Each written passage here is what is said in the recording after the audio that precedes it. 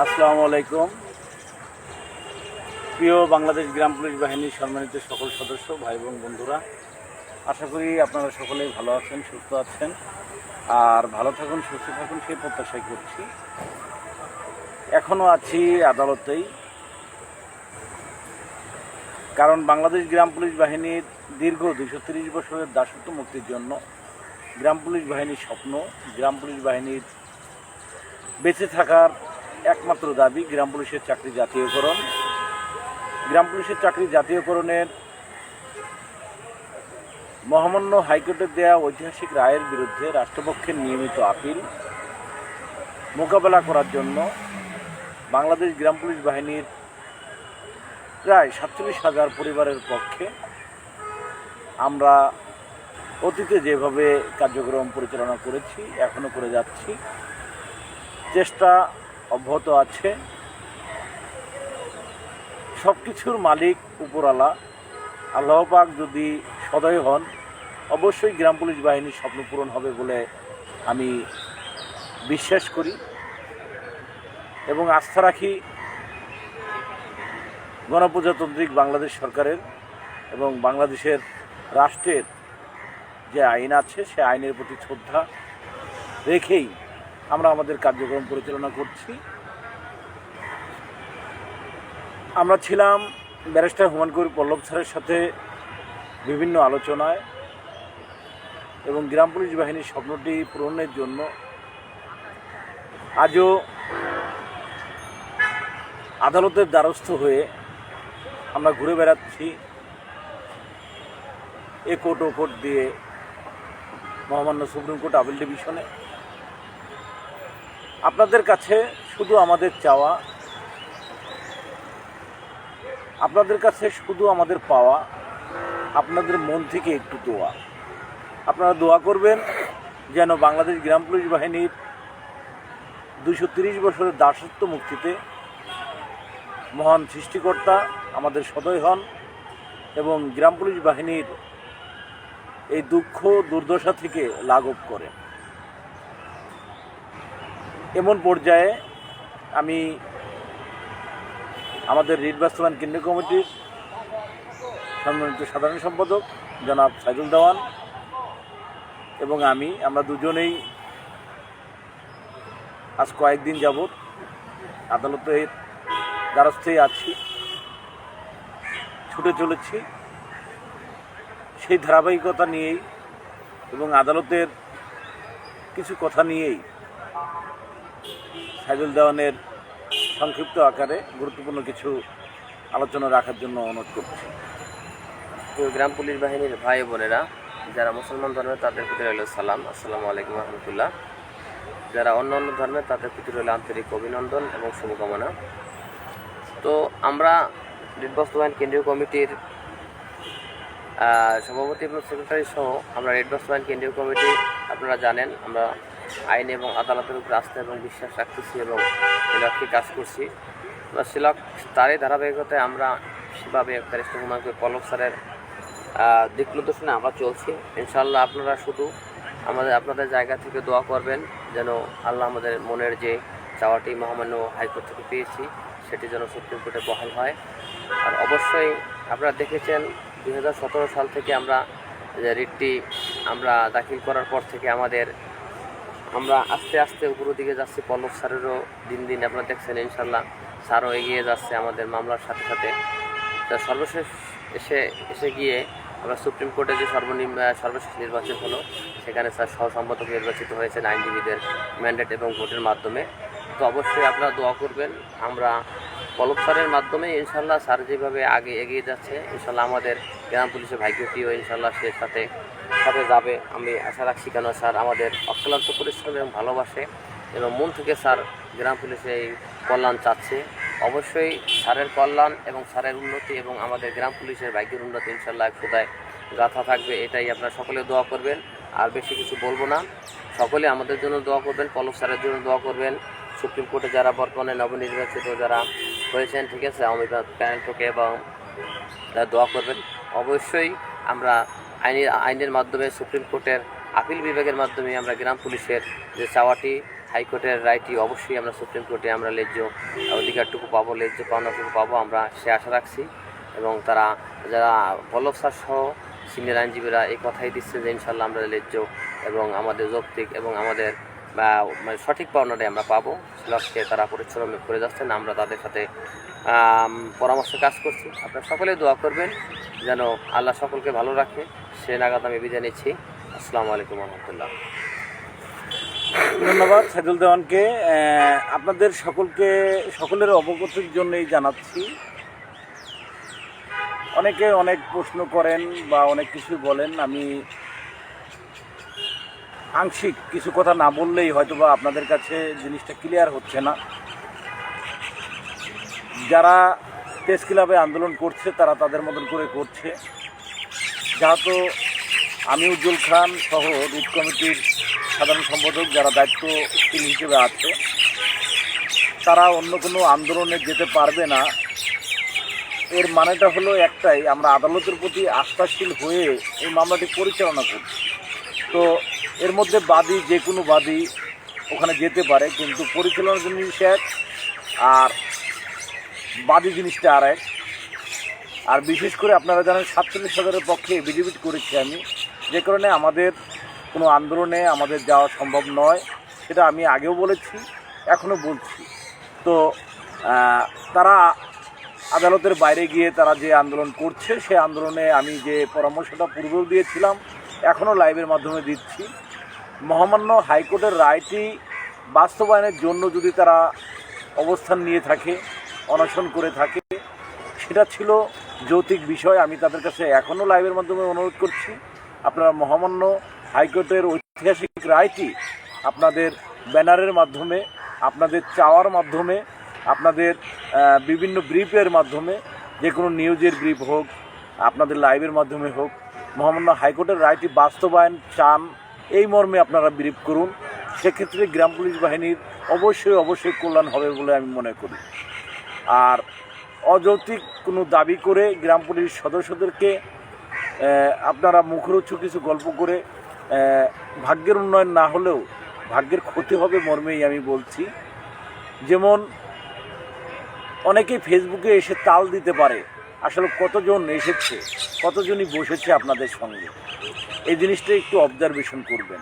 আসলে social media ফেসবুকের মাধ্যমে যে গ্রাম পুলিশের 230 বছরের দাসত্ব মুক্তি সম্ভব, এটা সম্পূর্ণই ভিত্তিহীন বলে আমি মনে করি। কারণ 230 বছর দাসত্ব মুক্তি করার জন্য দরকার দৃঢ় মনোভাব এবং দীর্ঘ পরিকল্পনা। দীর্ঘ সময় ধরে 17 সাল থেকে একটি সপ্তাহ আমরা ঘরে বসে নেই। আমরা আমাদের আইনি প্রক্রিয়ার যে কার্যক্রম, আমাদের আইনজীবী ছাড়া অন্য কারো কাছে যাওয়ার কিন্তু কোনো সুযোগ নেই। আইনজীবীর কাছে এসে সেকশনে গিয়ে যে কার্যক্রমগুলো করার, এই কাজগুলোই আমরা করে যাচ্ছি। সেই মর্মেই আমি যারা লাইভে আছেন আপনাদের কাছে অনুরোধ করব, লাইভটি শেয়ার করে দিবেন, সকলে যেন এই কথাগুলো অবগত হয়। বিশেষ করে গ্রাম পুলিশের স্বপ্ন পূরণের জন্য আপনারা আপনাদের রাস্তায় কাজ করেন, আমরা আমাদের মতন কাজ করি। প্রতিটা সাইড থেকেই কাজ করা প্রয়োজন। আমরা কেউ কাউকে বাধা দিচ্ছি না যে আপনি এই কাজ করবেন না, আপনি এই কাজ করেন না, এটা নয়। কারণ আমরা আমাদের গ্রাম পুলিশের চাকরি জাতীয়করণের জন্য মহামান্য হাইকোর্টের রায়টি বহাল চাই এবং হাইকোর্টের রায়টি বাস্তবায়নের জন্য যা যা করণীয় গ্রাম পুলিশ সদস্যরা সে কাজগুলো করুক, আমরা সেই আশাই করি। তো অবস্থান ধর্মঘট নিয়ে আমি আরও একটু কথা বলছি। গতকালকেও আমরা প্রেস ক্লাবে গিয়েছিলাম, তখন সময় 5টা বাজে। সে 5টার সময় যেয়ে দেখেছি সেখানে অবস্থানে যারা ছিলেন তারা কেউ ওখানে নেই। তো আমি আপনাদের কাছে আবারও অনুরোধ করছি, সকাল 9টা আমরা সেখানে এসে আবার দেখেছি সেখানে অবস্থানকারীরা নেই। তো অবস্থান শব্দের অর্থটা এমনই বোঝায়, এখানে কোনো টাইম আলাদাভাবে নেই। যারা লাইভে হোটেলে যে শুয়ে আছেন, বসে আছেন, এই ছবিগুলো দেন বা লাইভ করেন, এগুলো করা থেকে বিরত থাকেন। অবস্থান মানে আমি এই যে এখানে বসেছি, যতক্ষণ আমার দাবি আদায় না হবে ততক্ষণ এই জায়গা থেকে আমি উঠব না, এখান থেকে আমি সরব না। তো এই মর্মেই অবস্থান। তো অবস্থান কর্মসূচিটি আপনারা বিচার বিশ্লেষণ করে করবেন, যেখানে গ্রাম পুলিশের কল্যাণ হয়। হয়তোবা আমার কথাগুলো অনেকেরই তেতো মনে হতে পারে, খারাপ লাগতে পারে। যদি খারাপ লাগে তাহলে আমার করার কিছু নেই, কিন্তু অবস্থান কর্মসূচির নামে যদি আমরা 10টার সময় আসি, 5টার সময় চলে যাই, এটা কোনো দিনই অবস্থান কর্মসূচি নয়। আর এভাবে আপনি যদি 5 বছরের কর্মসূচি চালান, এতে কোনো ফল আসবে বলে মনে হয় না। কারণ যদি আপনারা গ্রাম পুলিশের চাকরি জাতীয়করণ চেয়ে থাকেন, মহামান্য হাইকোর্টের রায়টি বাস্তবায়ন চেয়ে থাকেন, তাহলে অবশ্যই আপনাদেরকে লাগাতার শব্দের অর্থটা হলো সকাল সন্ধ্যা নয়, রাত দিন 24 ঘন্টায় ওই অবস্থানে বসে থাকতে হবে। তখন মিডিয়া সহকারে রাত দিন 24 ঘন্টায় এই নিউজগুলো আপডেট হবে। হতে অবশ্যই মানবতার মা মাননীয় প্রধানমন্ত্রী মহোদয়ের নগদর্পণে আসবে, রাষ্ট্রপতির নগদর্পণে আসবে এবং রাষ্ট্রপ্রধানদের নগদর্পণে আসবে। তো এই কারণে আমার এই পরামর্শগুলো আশা রাখি আপনারা পরামর্শ হিসেবে নেবেন, তবে কোনো নেগেটিভভাবে নেবেন না। অবশ্যই যেহেতু যদি আপনারা সরাসরি যে কথাগুলো আমি বলতে চেয়েছি, কারণ কৃষ্ণর মাধ্যমে আমি লাল মিয়ার কাছে কথা বলতে চেয়েছিলাম, কারণ লাল মিয়ার ফোনটা সবসময় ব্যস্ত থাকে। সেদিন আমি কৃষ্ণকে ফোন দিয়েছিলাম, লাল মিয়ার কাছে ফোনটা দেওয়ার জন্য বলেছিলাম, কিন্তু কৃষ্ণ লাল মিয়াকে দেয়নি। কিন্তু নেগেটিভভাবে বিষয়টিকে অন্যভাবে ফেসবুকে আমার বিরুদ্ধে একটি পোস্ট করা হয়েছে। সেই পোস্টটিকে আমি এই ঘৃণ্য মানসিকতাকে আমি ঘৃণা জানাই। কারণ নিজেদের মানসিকতার পরিবর্তন না হলে কখনোই কারো ভাগ্যর পরিবর্তন করা সম্ভব নয়। কারণ আমি কৃষ্ণকে বারবার বলেছি লাল মিয়া আছে, লাল মিয়ার কাছে ফোনটা দেন। সে বলেছে, তারা কিন্তু লাইভে ছিল এবং প্রেস ক্লাবের সামনে ছিল, কিন্তু কৃষ্ণ বলেছে লাল মিয়া অন্য হোটেলে থাকে, আমি অন্য হোটেলে, আমরা হোটেলে আছি। দেখেন, আমি একজন গ্রাম পুলিশ সদস্যর কাছেই ফোন দিয়েছি। তারা কিন্তু আমার কথাগুলো লাইভে দিয়েছিল। আমি লাল মিয়ার সাথে কথা বলতে চেয়েছি, সাথে সাথেই সে ফোনটা কেটে দিয়েছে। তারপরেই দেখি লাল মিয়া সেই লাইভে আমার কথাগুলো, কৃষ্ণ কথাগুলো লাইভে দিয়েছে, তারপরে পোস্ট দিয়েছে। তো একটা জিনিসই বলি, আমি রাষ্ট্রের কর্মচারী, আমি কখনোই রাষ্ট্রের প্রধানমন্ত্রীকে নিয়ে কুরুচিপূর্ণ আলোচনা করতে পারি না। সেটা করেছে এরকম একটা ভিডিওর কারণেই আমি হয়তোবা সতর্ক করতে চেয়েছিলাম যে প্রেস ক্লাবে বসে কোনো রকমই কুরুচিপূর্ণ যেন কথা না হয়। তো আমি চেষ্টা করেছিলাম বিষয়গুলো তাদেরকে জানাতে, কিন্তু ব্যর্থ হয়েছি। অযথাই আমার বিরুদ্ধে পোস্ট করেছে, ভিন্নভাবে দুইভাবে করেছে। তবে একটা জিনিসই বলবো, একদিন হলেও সামনাসামনি হব আমরা। সেদিন মিথ্যার প্রমাণগুলো কিন্তু আমার কাছে আছে, আমি দেখাবো আমি কি বলেছিলাম। আমি কিন্তু চলে যেতে বলিনি। কৃষ্ণ আমাকে জিজ্ঞেস করেছিল, ভাই তাহলে কি আমি চলে যাবো? আমাকে না, কেন যাবে না, আমি কালকে আসবো, কালকে দেখা হবে হয়তো। কিন্তু সে কালকে আসা পর্যন্ত অপেক্ষা করেনি, আমার বিরুদ্ধে পোস্ট দিয়েছিল। তো এই বিষয়গুলো আসলে খুব কষ্ট লাগে। কারণ আপনারা যদি জাতীয়করণ চান, আপনারা অবস্থানে বসেছেন, অধিকার যদি জাতীয়করণ হয় আমিও পাবো, তাহলে কেন আমার বিরুদ্ধে আপনারা ওখানে বসেই এভাবে বলতে পারেন? দেখলাম ভবেনবাবু মোস্তফা কামাল আপনাদের সাথে যে সাক্ষাৎ করেছে, সেখানে আপনারা তাদের ছবি তুলে পোস্ট করলেন প্রতিপক্ষ। আসলে আপনারা প্রতিপক্ষ ভাবছেন কাকে? প্রতিপক্ষ তো রাষ্ট্র আমাদের জাতীয়করণ দিচ্ছে না, রাষ্ট্র আমাদের অধিকার ফিরিয়ে দিচ্ছে না।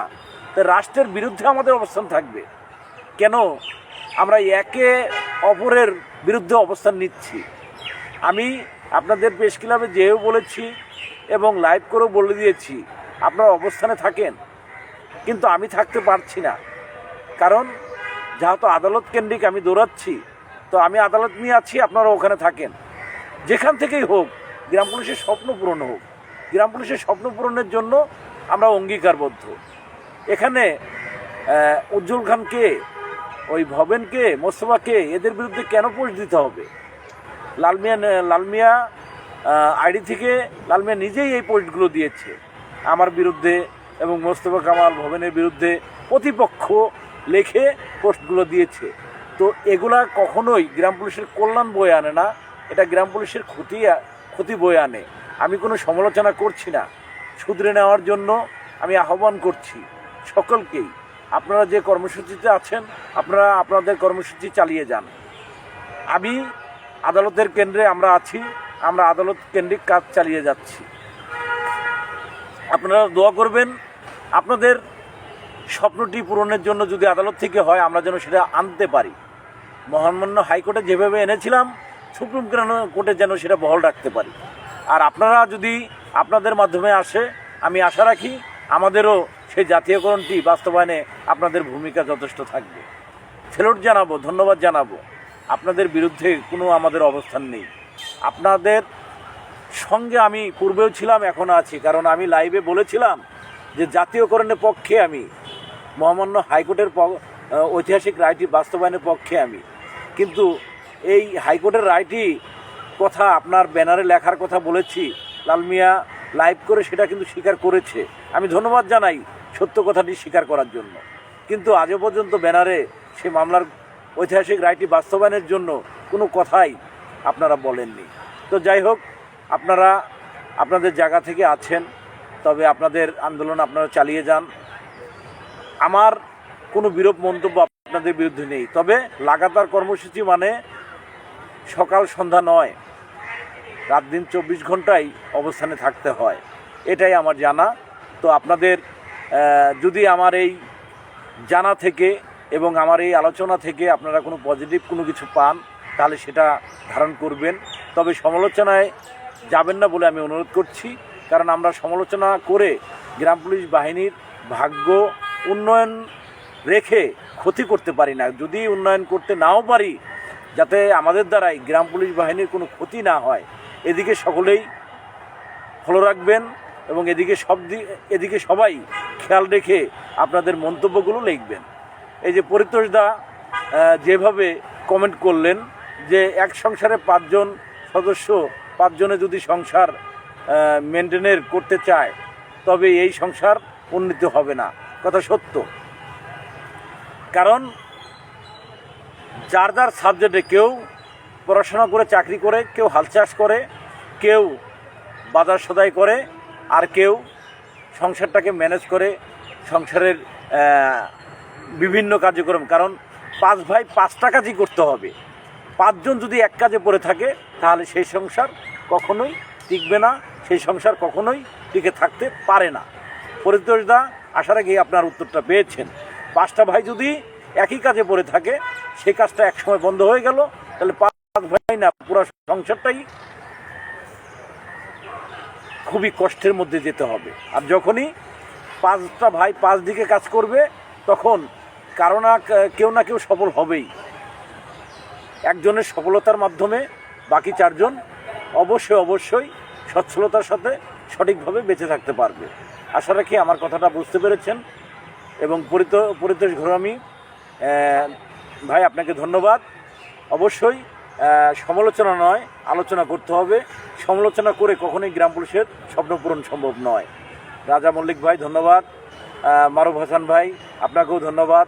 আপনাকে 2 দিন আমি দেখেছি প্রেস ক্লাবের সামনে আছেন, ধন্যবাদ আপনাদেরকে।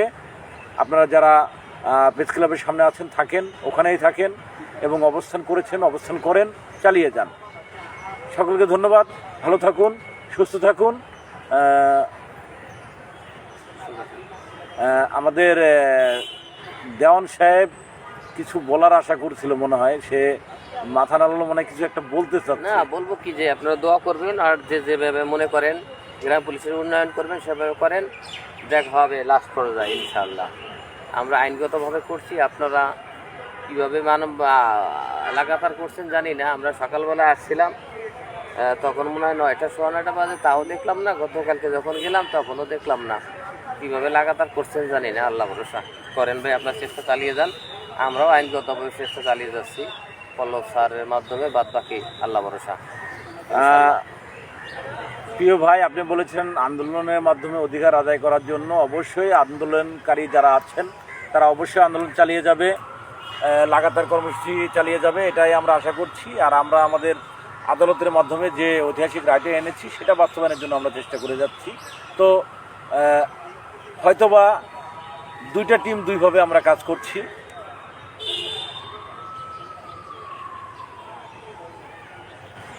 হয়তোবা ভাই আমাদের দ্বারাই কোনো কিছু সম্ভব নাও হতে পারে। তো তার মধ্যে হতে পারে। আপনি যে কমেন্টটা করেছেন, অবশ্যই ভাই আমি মূর্খ, কারণ যদি সেই রকম উচ্চশিক্ষিত হতাম তাহলে গ্রাম পুলিশে চাকরি নিতাম না ভাই। আসলেই আমরা অর্ধশিক্ষিত বিধায়ী মূর্খ, আসলে মূর্খ বিধায়ী এই বাহিনী। সে খুব জ্ঞানী লোক। আর আপনি অবশ্যই অনেক জ্ঞানী এবং বুদ্ধিমান ব্যক্তি, আপনাকে সেলুট জানাই আপনি ভুল ধরিয়ে দেওয়ার জন্য। অবশ্যই আমি আমার ভুলকে শুধরে নেওয়ার চেষ্টা করব, আর আপনার কমেন্টের জন্য আরও চেষ্টা করব। ঠিক আছে? হ্যাঁ, আপনারা বাড়িতে বসে বসে এরকম কমেন্ট করবেন। আর নিজের খেদে আদালতে পড়ে আছি ভাই, আসল কথা হলো আমাদের কাজের প্রতি আরো বাড়ে। হ্যাঁ, আপনারা যত বলবেন ততই আর কি। অবশ্যই। তো যাই হোক, ধন্যবাদ। আপনাদের মতন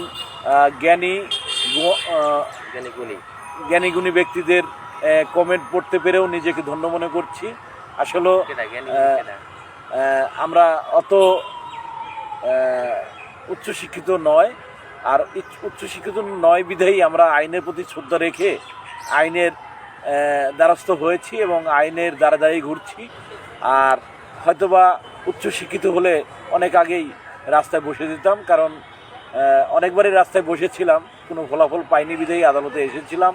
আর আদালতের রায়টি পেয়েছি বিধায়ী আদালতের পিছিয়ে আমরা ঘুরছি। তাছাড়া তো আর কোনো রাস্তা নেই, কারণ আমি একজন সামান্য কর্মচারী। আমার ম্যানেজমেন্টটা শুধুমাত্র একটা ইউনিয়ন কেন্দ্রিক, সেখানে উচ্চ আদালত আসলে আমাদের ভাবনাটাই অনেক উচ্চের ব্যাপার। তাও আমরা উচ্চ আদালতে এসেছি, একটা রায় পেয়েছি। মহান সৃষ্টিকর্তার কাছে লাখো কোটি শুকরিয়া জানাই। আর আপনারা যারা জ্ঞানী জন আছেন, আপনারা যদি আমাদেরকে সহযোগিতা করেন, আমাদেরকে মতামত দিয়ে বিভিন্নভাবে আমাদেরকে হেল্প করেন, তাহলে অবশ্যই আমরা সঠিক রাস্তায় এগিয়ে যেতে পারবো। তো যাই হোক, আপনারা সকলে ভালো থাকবেন, সুস্থ থাকবেন। আল্লাহ হাফেজ। ভালো থাকুন, সুস্থ থাকুন, এই প্রত্যাশায় আজকের লাইভ থেকে বিদায় নিচ্ছি। আল্লাহ হাফেজ।